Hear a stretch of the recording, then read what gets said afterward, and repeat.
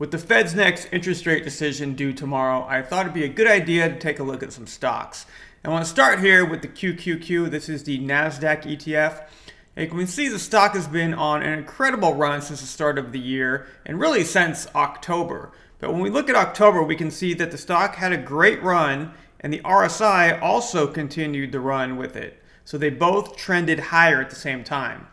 But yet, since the start of the year, you can see the RSI has gone down, but the stock has continued to gone up. And this is really a red flag for investors. Now that's despite the fact that we have Apple, which is down significantly. We have Google, which was down. It made a good comeback the last couple of weeks, but it's really about flat on the year. And we have Tesla, which has had a terrible year thus far. So we have the QQQ ETF significantly higher, while these three stocks haven't kept pace with the rest of the technology sector. And that really should be a red flag for investors.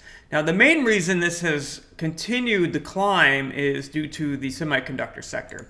So that should be no surprise. This is the SMH semiconductor ETF, and this thing has been on an absolute tear. And we can see here we have a 1, 2, 3, 4, and quite possibly a 5-wave move. And we can see this is looking to be like an ABC correction. So that is mainly due to the NVDA rally, which I'm sure everyone knows about. NVDA has completely taken off and is also on a 1, 2, 3, 4, 5-wave move. Now it's already started to see some weakness in here, and it's kind of had some back and forth price action.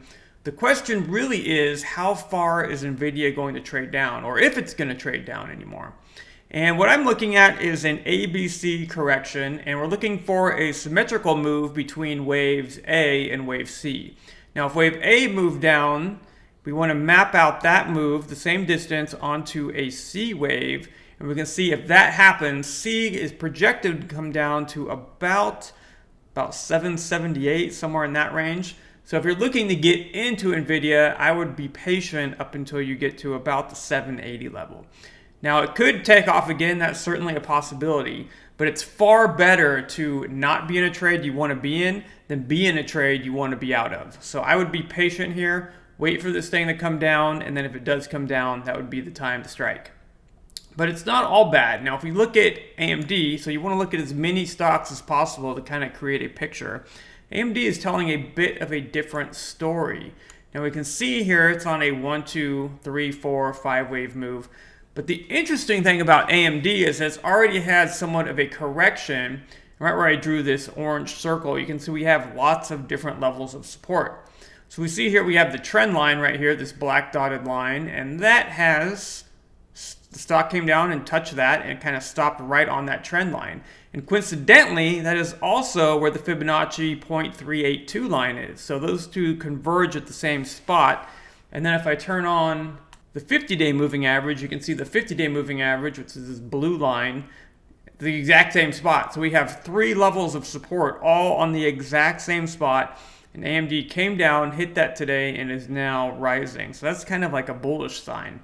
And in addition, with this thick red line here, we see some bullish divergence. So that is when we have the stock moving up over a certain time period, but the RSI moving down.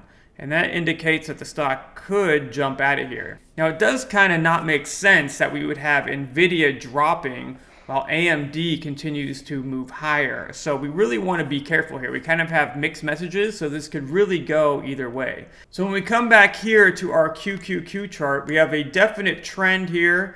We see the trend is starting to break a little bit, and we have this RSI line that is dropping. And this is a very big concern. When you see the RSI continuing to drop like this, with the stock continuing to take off, that means that the lower this thing goes, the bigger the downfall is going to be. So we could see a significant drop here if that continues to go that direction. But it can only keep pushing higher for so long until finally the price action catches up with the rest of the technicals. So you want to be careful here. The Fed's decision is due tomorrow, and I would recommend being patient.